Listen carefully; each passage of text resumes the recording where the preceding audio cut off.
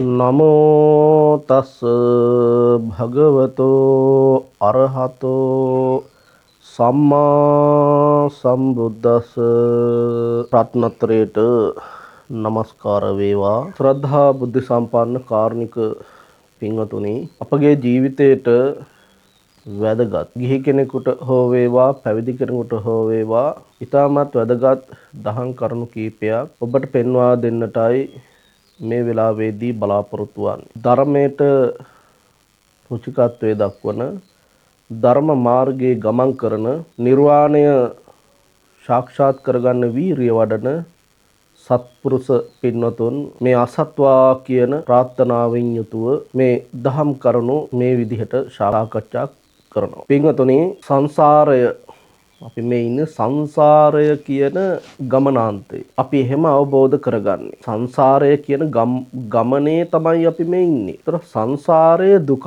දීර්ඝයි දුකයි දෙකම කරන කොටගෙන තමයි සත්වයා ඉදිරියට ගමන් කරන්නේ. මේ සංසාර ගමනේ අපි තාමත් ඉපදෙනවා, මැරෙනවා. මේ චක්‍රාවාටේ තමයි අපි තාම ඉන්නේ. මේ සංසාරයෙන් ඈතර වෙන්න පුළුවන්, මේ සසරෙන් නික්ම යන්න පුළුවන් මාර්ගයක් සිවැනි මහා භද්‍ර කල්පේ සම්මා සම්බුද්ධත්වයට පත් වූ උත්තරීතර වූ මනුස්ස රත්නයක්.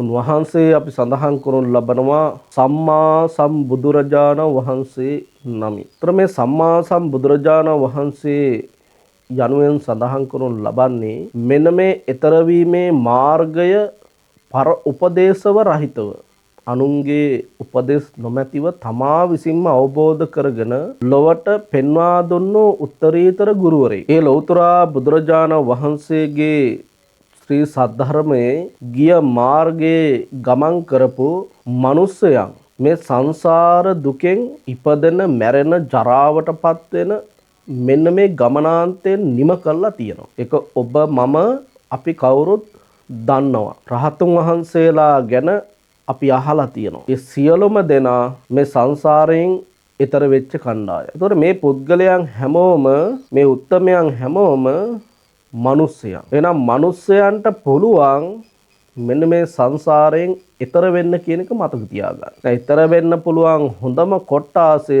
තමයි මනුස්ස. එහෙමනම් මේ මනුස්ස ලෝකේ ඉන්න අපි තේරුම් ගත යුතු දෙයක් තමයි මෙන්න මේ ඉපදෙන මැරෙන ගෝර කටුක සංසාරය නතර කරන්න පුළුවන් ශක්තියක් ඇති, ප්‍රඥාවක් ඇති කණ්ඩායමක් තමයි අපි කියන එක. එහෙමනම් පින්වතුනි, ජීවිතයේ ඔන්න ඔය ආකාරයට සිහිපත් කරගෙන මෙන්න මේ ලෞතර බුදුරජාණන් වහන්සේ විසින් පෙන්වා දීපු ධර්ම මාර්ගය හොයාගන්න තමයි දැන් අපිට මේ මනුස්ස ජීවිතයක් ලැබිලා තියෙන්නේ. ඒතර මේ මනුස්ස ජීවිතේ අපි කල යුතු එකම දේ තමයි සත්‍ය අවබෝධ කරන්න වීරිය වැඩි වීම. නිර්වාණයට පත් වෙනවා කියන එක ලේසි පහසු වැඩක් නෙවෙයි. හොඳින් මතක තබා ගන්න අවශ්‍යයි. ලේසි පහසු වැඩක් නෙවෙයි. බොහොම අමාරුයි මේ නිබ්බාන ගාමය සොයා ගැනීම. මේ සසරින් මිදීම බොහොම අමාරුයි. ඉපදෙන්නත් ලේසි, මැරෙන්නත් ලේසි. හැබැයි නිර්වාණය අවබෝධ කරගන්නයි අමාරු. ප්‍රඥාව අවදි කරගන්නයි අමාරු. එහෙමනම් ඔබට මම කරුණු කාරණා කිහිපයක් මේ නිර්වාණ මාර්ගයේ ගමන් කරන ඔබට මට අවශ්‍ය කරන ධර්ම කරුණු කිහිපයක් අපි අද ඉගෙන ගමු. ඕනෑම දෙයක තියෙනවා ආරම්භයක්. ආරම්භයක් කියලා කියන්නේ අපි තේරුම් ගත යුතු ටිකක්. ඒ ටික තේරුම් නොගෙන අපි මොන જાති දේ කළත් මොනවා කරන්න ගියත් ඒක ප්‍රතිඵලයක් උදාවන්නේ නැහැ. පළවෙනි දේ අපි වටහා ගන්න ඕනි. එහෙනම් පළවෙනි දේ තමයි අපි මිනිස්යන් වෙලා උපත ලැබලා ඉන්නවා. තමා කවුද කියන එක වටහා ගන්න. මිනිස්සෙක්. මනුස්ස ලෝකේ කොටස් දෙකක් ඉන්නවා. ස්ත්‍රියන්, පුරුෂයන් කියන කොටස් දෙකන තියෙන්නේ. ඒ සෑම කෙනෙකුටම තේරුම් ගන්න පුළුවන් පොදු දේ තමයි අපි මිනිස්යන් කියන්නේ. ඊට පස්සේ තේරුම් ගන්න ඕනේ අපි මේ ඉන්නේ මිනිස්යන් හැටියට ඌවද මේ ස්වභා ධර්මයාගේ නිර්මාණකරුවන් හැටියට ස්වභාවික ලෝකයක ඉන්නේ. පොදු වූ ධර්මතාවයක් පවතින ලෝකයක ඉන්නේ. මොනවද පොදු වූ න්‍යාය ධර්මතාවය? අජීවී දෙයක් හෝ වේවා සජීවී දෙයක් හෝ වේවා. අප ලෞතර බුදුරජාණන් වහන්සේ ඒ කාරණාව මෙහෙම පැහැදිලි කරලා තියෙනවනේ. අනිච්චා වත සංඛාරා උපාද වය ධම්මිනෝ uppajjitva niruddhanti තේසං උපසමෝසුකෝ. අනිච්චා වත සංඛාරා, මේ සංස්කාර වූ ලෝකය තප්පරයක් පාසාම එකතු වෙන නැසෙන ලෝකයක තමයි අපි මේ ඉන්නේ. අනිත්‍ය වන අජීවී දෙයක් හෝ වේවා සජීවී දෙයක් හෝ වේවා uppajjanti ඉපදෙන දෙයක් හටගන්න දෙයක් තුළ එතන තියෙනවා අනිත්‍ය බව. හැමදාම එක විදිහට එක ආකාරයෙන් තියෙන්නේ නැහැ. අනිත්‍ය වෙනවා. අනිත්‍ය වෙනවා කියලා කියන්නේ නිට්ටය වශයෙන් පවතින්නේ නැහැ. ඔබත් මමත් ඉපදෙන දරුවොත් මේ කොයි කවුරුත් තප්පර 1 කියන තැන ඉඳන් ආරම්භ වුණු අය. තප්පර 1. ඉන් අනතුරුව තමයි මේ ගමනාන්තය ඔන්න උපතත් එක්ක සිදුවනු ලබන්නේ. තප්පර 1. එතකොට අපි තේරුම් ගන්න අවශ්‍යයි එහෙමනම් නිට්ටය වෙන්නේ නැති ලෝකයකමයි අපි ඉන්නේ. නිට්ටය වෙන්නේ නැහැ කියලා නිට්ටය වශයෙන් ගන්න බෑ. ඒ ආයුරෙන් ඒ ආකාරයෙන්ම ගන්න පුළුවන් ලෝකයක නෙවෙයි අපි මේ සිටින්නේ. නිතරම හිතන්න ඕනි මේ කාරණාව. ඒ නිතරම හිතුවාන් පස්සේ තමාට ඊතර ප්‍රඥාවක් ගොඩ නැගෙනවා. ඊතර ප්‍රඥාවක් ගොඩ නැගීමක් වෙනවා. මම යහපත් වෙන්න ඕනි, නිම කරන්න ඕනි, ගමනාන්තය නිම කරන්න ඕනි කියන ප්‍රඥාවක් එන්නේ එහෙම වුණොත්. මේ යන ගමන නතර කරන්න ඕනි කියන සංකල්පය එන්නේ එහෙම වුණොත්. අපි එහෙම එතන හිතන්නේ නැතුවනේ අපි මේ නතර කරන්න යන්නේ. මුල හිතන්නේ නැතුව අපි හොයේ හිතා මේ අපි නොයෙකුත් ಜಾති කර ඉන්නවා. එන මුලම හිතන්න ඕනි අනිත්‍ය නිට්ටය නොවන ලෝකයක.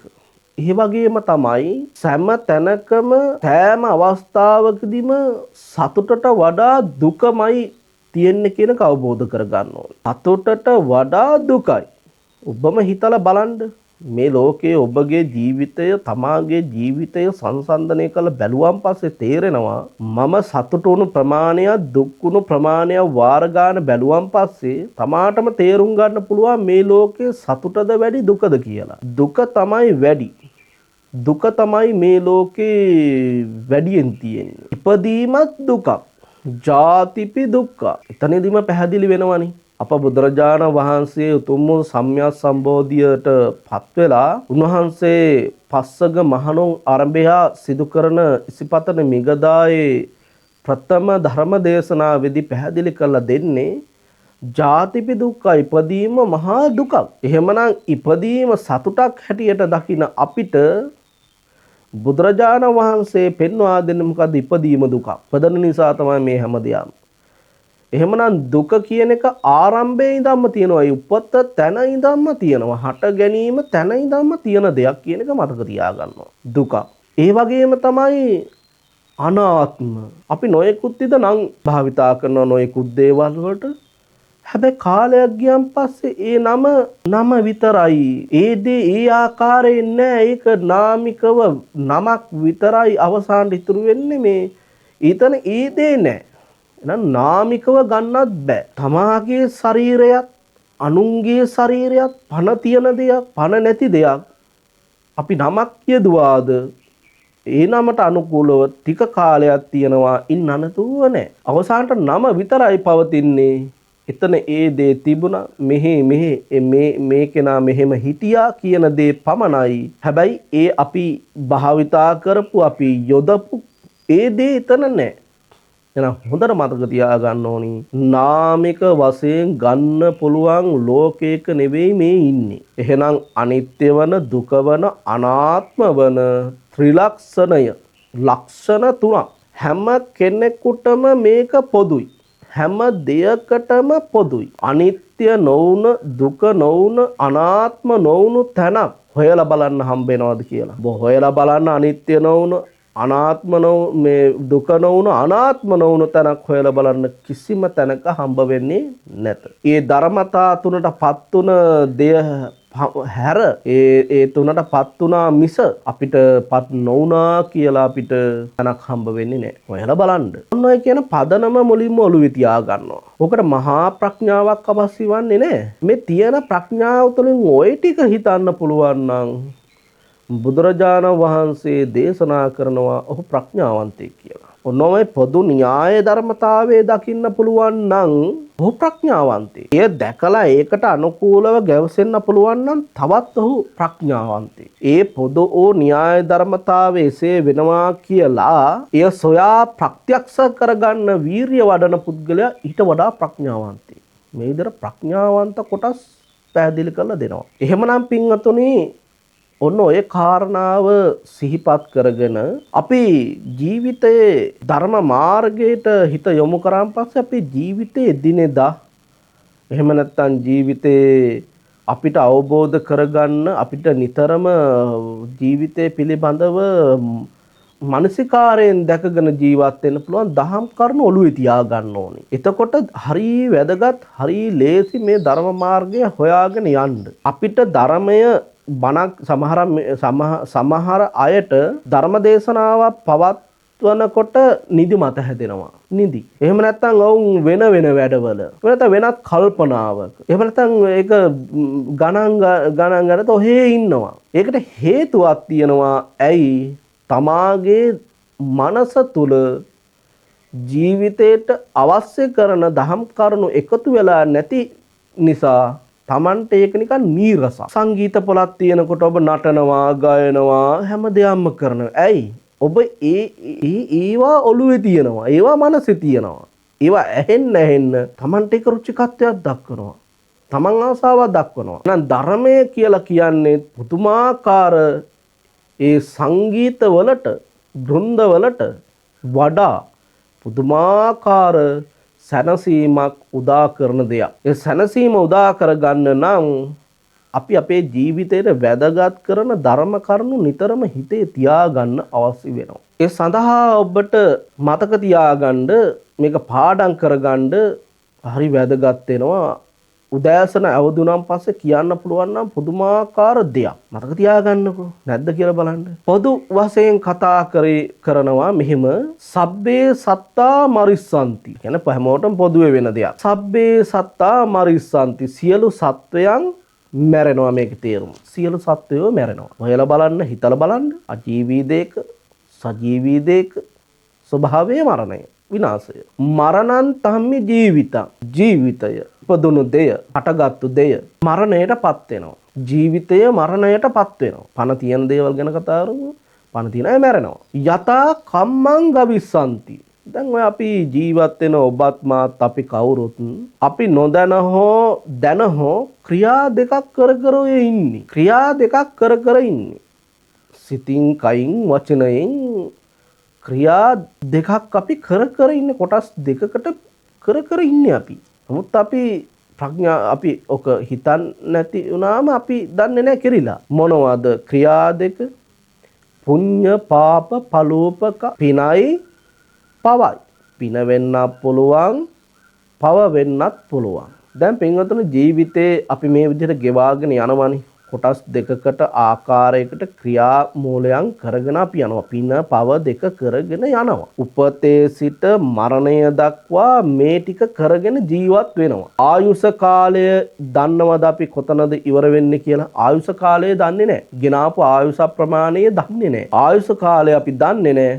අපි ක්‍රියා දෙකක් කරගෙන ජීවත් වෙනවා. ඕනෑම කෙනෙකු පින්වතුනි මේ විනාශයට නිශ්චිත වයසක් නියම කරපු වෙලාවක් එහෙම නැහැ. කිසා ගෞතමී කතා පුවත තුළින් පැහැදිලි කරලා දෙනවා. කිසා ගෞතමී කතාව බහලා තියෙනවානේ. නොමල යුතු ගෙදරකින් අබමිටක් ගේන්න කියපු කතා පුවත. එතකොට නිශ්චිත වයසක් නියම කරපු වෙලාවක් නියම කරපු පුද්ගලයන් එහෙම නැහැ. උප්පත්තියා සහේ වේදම් මරණං ආගතං සදා. උපදිනකොටම මේ ලෝකයට අදාළ ආයුෂ ප්‍රමාණයක් අරගෙන යන්නේ ආයුෂය. ඕක නම් මම කෙටියෙන් ඔබට පැහැදිලි කරලා දෙන්නම්. ආයුෂය කියන එක විග්‍රහ කරන්න ගිය ගොඩක් ටිකක් තියෙනවා. නමුත් කෙටියෙන් මම ඔබට මතක තියාගන්න කියනවා ආයුෂය කියලා කියන්නේ පින්වතුනි පොදු න්‍යාය පොදුවෙන් හිතාගන්න උස්ම ගන්න තිබෙන වාර ගණන කියලා මතක තියාගන්නකෝ. දැන් කෙනෙකු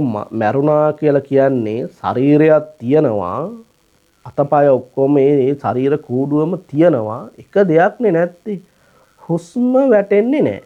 එහෙමනම් හුස්ම නැති වුණොත් පසුව තමයි අපි කියන්නේ මිය ගියා කියලා. එහෙමනම් ආයුෂය කියලා කියන්නේ හුස්ම ගන්න තිබෙන වාර ගණන කියන එක පුතේ මතක තියාගන්න. හුස්ම ගන්න තිබෙන වාර ගණන. එතකොට උප්පත්ත්‍යා සහේ වේදම් මරණං ආගතං සදා ඔන්න මේ ගේන ආයුෂ ප්‍රමාණය අවසන් වුණාන් පස්සේ මේ ලෝකෙන් අපි විඥාණය අයින් වෙන්න ඕනේ. කොහොමද ඒකටත් ධර්ම කරුණක් තියෙනවා. අනිත් මේ ඒකටත් ධර්ම කරුණක් තියෙනවා. අචිරං වතයන් කායෝ මේ චිර පැවැත්මක් නැති කයක් තමයි ලැබිලා තියෙන්නේ. ස්ථිර කයක් නෙවෙයි චිර පැවැත්මක් නැහැ. මේ චිර පැවැත්මක් නැති කයේ ස්වභාවය තමයි මේ අපි හැම કોઈ ක්‍රියා දෙක කර කර ඉන්නේ. ක්‍රියා ගත්තාම අකුසල පැත්ත නම් වෛර කරනවා, ක්‍රෝධ කරනවා, ඊර්ෂ්‍යා කරනවා, රාග දේශ මෝහ වලට අඩංගු ක්‍රියා අකුසල පැත්තටත් අලෝභ දෝෂ අමෝහ ක්‍රියා කුසල පැත්තටත් මේ දෙක කර කර ඉන්නේ මොනවා වෙනකන්ද? පටවින් අදිසෙස්සති. පටවිය කියලා කියන්නේ ඝන බව කියලා කියනවා. මෙතනදී පටවිය කියලා කියන්නේ පොළව. සෙස්සති කියන්නේ සායනය වෙනතුරු. සායනය වෙනවා. කෙනෙකු මිය ගියාන් පස්සේ දැන් මහා සංඝරත්නය පසේ බුදුරජාණන් වහන්සේලා මහරහතුන් වහන්සේලා වැනි අය මේ දවනවා. ඒතර එතරම් විනාශය තියෙනවා. නමුත් පටවින් අදිසෙස්සති සයනේ වීමක් උනම් පසුයි. ගිහි පින්වතුන් බොහෝ දෙනෙක් පොළොවට භූමි දාන කරනවා. පටවින් අදිසෙස්සති පොළොවේ සයනේ වෙන තුරු තමයි මේ ඔක්කොම රංග මණ්ඩල. චුද්ධෝ අපේත විඥානෝ. මේ විඥාණය චුත වෙන්න කියලා කියන දිනයක් එනවා. මොන තනතුරේ හිටියත් ඒ වෙලාවක් හම්බ වෙනවා. හැම කෙනෙකුටම හම්බ වෙනවා. හැම කෙනෙකුටම හම්බ වෙනවා. හිරු පායන ලෝකයක හිරු පායන දිශාවකට දැන් මේ පළාතට හිරු පායන හැමෝටම හිරුගේ ආලෝකය හම්බ වෙනවනේ. උදෑසන හම්බ වෙනවා. ඒ වගේ හැම කෙනෙකුටම මේ කාරණාව උරුම වෙනවා. සුද්ධෝ අපේත විඥානෝ. දැන් ඔය ශරීරයේ මේ විඥානේ ඉවත් කරගන්න. නිරත්තංව කලින් කරා ඉන් පසුව දිරාගිය දර කඩකට සමාන කරනවා. දර ගහක් හිටවට පැලවෙන්නේ නැහනේ. වෙලිච්ච ගහක් හිටවට පැලවෙන්නේ නැහැ. ඒ වගේ ශරීරය ආය ප්‍රාණවත් වෙන්නේ නැහැ. කරටිය සුන්න ගිය පොල් ගහක් තල් ගහක් වැනි තාල වර්ගයට අයිති ගහක උඩ කොටස කරටිය සුන්ව ගියන් පස්සේ ගැලවිලා හරි විනාශ වෙලා ගියන් පස්සේ ආයේ ඒක ලියලන්නේ නැහැ. ඒ වගේ තමයි මේ විඥානේ ඉවත් වුණාන් පස්සේ. දැන් පින්වතුනි මේ ඕන ඔය ක්‍රියාදාවලිය ඉවරුණාන් පස්සේ අපෙත් එක්ක ලක්ෂ කෝටි ගාණක් මගේ කියන කොටස් ඉන්නවනේ. ජීවත්ලා ඉන්න කාලේ මේ මගේ අම්මා, මේ මගේ තාත්තා, මේ මගේ දරුවෝ, මේ මගේ ඉඩකඩම් මේ ආදී වශයෙන් මගේ කියන ඉඩි කට්ට තිබුණා නම් ඒකත් මගේ කියන සංකල්පයකින් අපේ ජීවිතේ තියෙනවා. ඒතර ඒ කිසිම දෙයක් ඔනේ ඊළඟ භවයේ ඊළඟ යන ගමනේ ගෙනියන්න බෑ, එන්නෙත් නෑ. තමා විතරමයි ඒ ගමනාන්තයට යන්නේ. ඒ යනකොට අර නිරයම් පාපකම්මන්තා පුඤ්ඤ කම්මාච සුග්ගති කියන කොටස් දෙකකට උරුම වෙනවා. මං කියන්නේ ක්‍රියා දෙකක් කර කර ඉන්නෝ කියලා. ඒක අනුව ඊළඟ භවයේ ඔන්න ප්‍රතිසන්දිය තීරණය කරන්න එතන. මතක තියාගන්න. දැන් සමහර අය මං කියන අවසාන චුතිසිතේ අනුකූලව ඊළඟ ප්‍රතිසන්දිය ලබන කියලා. එහෙම වෙන්නේ නැහැ. හොඳට ඒක මතක තියාගන්න. උපතත් මේ මරණය කියන මේ විඥානයේ චුද්ධෝ අපේත විඥානෝ විඥානේ චුත වෙන්න කියන තුරුම කය තුල පවතින මේ විඥානයේ අවසාන චුතසිත අවතාන දක්වා සිතන දේ අනුකූල උපතත් මේ මොහොත දක්වා කරන ඒ කුසල අකුසල කියන කාරණා දෙකෙන් සිතන කරන දේවල් අනුකූලව තමයි ඊළඟ ප්‍රතිසන්දිය ලබන්නේ. එතකොට මතක තියාගන්න ඕනි කුතිසිතේම නෙවෙයි ඊළඟ භවයට හේතු වාසනා වෙන්නේ මේ ජීවත් වෙලා හිටපු කාල සීමාවෙදි කරපු ලද ක්‍රියා මාර්ග දෙක. පව් කළොත් අකුසල කළාම තිබුණොත් නිරයම් පාප කම්මන්තා නිරයට යනවලු. නිරයකට වැටෙනවලු. නිර කියලා කියන්නේ ගැඹුරු තැන්. සසර දීර්ඝ වෙලා යාලි. ඒ නිර ඔබ අහලා තියෙනවනේ. නරකය, තිරිසන්, ප්‍රේත, අසුර, අතර මහා අපාය කියලා. මොන බලයේ හිටියා මොන තනතුරේ හිටියත් ඔන්න ඒ පුද්ගලයා එහෙම කළා තිබ්බොත් ඔහු ගමන් කරන්නේ කොහෙටද? නිරයම් පැත්තට. අය ඒකේ කතන්දර නැහැ. න්‍යාය, පොදු න්‍යාය. පුඤ්ඤ කම්මාච සුග්ගති. කුසල් වඩලා තිබුණොත් යහපත් දේ කළා තිබුණොත් අර යහපත් පැත්ත කළොත් අයහපත් පැත්තට වැටෙනවා. යහපත් පැත්ත කළොත් යහපත් පැත්තට වැටෙනවා. මනුස්ස ලෝකයක, දිව්‍ය ලෝක, බ්‍රාහ්මණ ලෝකේ ඒ ලෝකයන් වල යහපත් කියලා කියන්නේ ඇයි? සද්ධර්මයක් පවතිනවා. සද්ධර්මයක් අනුගමනය කරනවා. සද්ධර්මයට වීරිය වඩනවා. ඊතර ඒ සද්ධර්මයේ හොයාගෙන ගිහලා ඊතර වෙනවා. ඒකයි සුගති කියලා කියන්නේ. ගති හොඳයි. සුගති යහපත් ගති තියෙනවා. යහපත් ගුණ ධර්ම තියෙනවා. ඒ ලෝකයන් තුනේ. ඒකයි ලේසි අයහපත් ගති ගුණ බහුලයි. එතකොට අපි තේරුම් ගන්න ඕනි ඔන්න ඔය කාරණාව. මොකද්ද? මතක තියාගන්න මේ ලෝකේ අපි මිනිස්සු මොන සාරාංශේ මේ ලෝකේ අපි මිනිස්සු කියන එක මතක තියාගන්න. ඒ වගේම තමයි අපි ඉන්නේ මේ පොදු වූ න්‍යාය ධර්මතාවයක් ඇති ලෝකයක කියන එක මතක තියාගන්න. ඒ කියන්නේ අනිත්‍ය, දුක්ඛ, අනාත්මන ත්‍රිලක්ෂණයට ගොදුරු වන ලෝකයක කියලා මතක තියාගන්න. ඊළඟට තමයි තමන්ගේ ජීවිතයත් අනුන්ගේ ජීවිතය වෙන්නේ මොකද්ද කියන පදාර්ථය දේශනා කරලා තියෙනවා. ඒ දේශනාවේ පාලි වාක්‍ය මතක තියාගන්න. මේ ටික මතක තියාගන්න. සබ්බේ සත්තා මරින්සන්ති.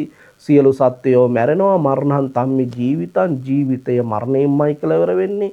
යතා කම්මං ගවිසන්ති. යම් ක්‍රියාවක් කරලා තියනවාද ඒක තමයි අරගෙන යන්න ලැබෙන්නේ. පුඤ්ඤ පාප පලෝපකා. ඒක පින වෙන්න පුළුවන්, පව වෙන්න පුළුවන්.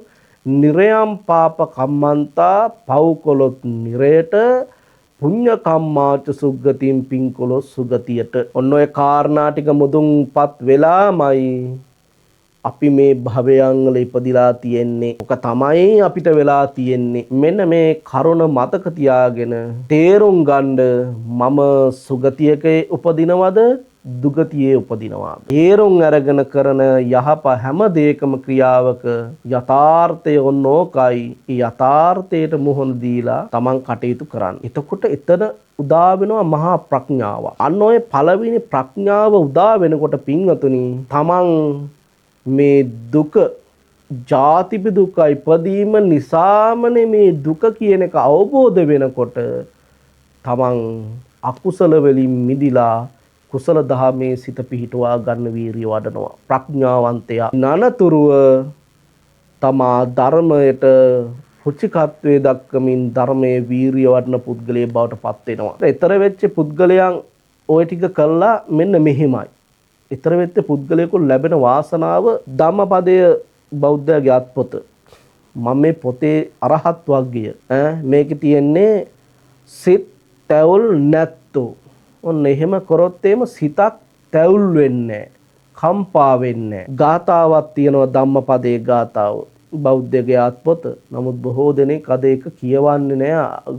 මම හිතේ එක ගාතාවක්වත් කටපාඩම් නැති මිනිස්සු ඉන්නවා. මම කියන්නේ මේ ධම්මපදයේ ගාථා ධම්මපදය ඔබ පොතක් තියාගන්න කියවන්න ජීවිතේ පුදුමාකාර වැදගත් කරුණු ටිකක් රාශියක් ඔබටම අයිති පොතේ ලබා දීලා තියෙනවා. ඒ ධම්මපදේන අරහත් වර්ගයේ මෙහෙම කියනවා. සිත තැවුල් ඇත්තෝ. හරිද? කියන මාතෘකාව යටතේ ගතත් දිනෝ විසෝකස්ස විප්ප මුත්තස්ස සබ්බදී සබ්බ ගන්ත පහීනස්ස පරිලාභ න විජ්ජති. මම මේ පොතේ තියෙනකම කියන්නම් නැතනම් හිතලා කිව්වා වගේ වෙනවනේ. එහෙමත් අපේ මිනිස්සු කියනවනේ. ඒකෙන්ද මේකේ තියෙනවා මෙහෙම තේරුම. සසර ගමන නිම කළා වූ ඒ කියන්නේ සංසාර ගමන නිම කළපු අවසන් කළපු දුරු කළ ශෝක ඇත්තා වූ ශෝකය ඇතිවන කම්පාව, ශෝකය, දුක මේව ටික නැති කරපු, නිමා කළා දාපු. සියලු කෙලෙසුන්ගෙන් මිදුණා වූ කෙලෙස් රාගය, ද්වේෂය, මෝහය මේ කියන කෙලෙස් අවසන් කළා දැම්ම. යලි උපදින්න නැති තැනට හිත හදපු සසර බැමි සියල්ල දුරු කළා වූ සංසාර බැමි ඉපදෙන මැරෙන මම මගේය කියන සංකල්ප බන්ධන මේ මගේ දරුවෝ බිරිඳ මේවා ඔක්කොම බැඳීම් ඉඩකඩ ඥාන වාහන මේ ඔක්කොම කියන්නේ මගේ කියලා අල්ලගන්න කෝ බැඳීම්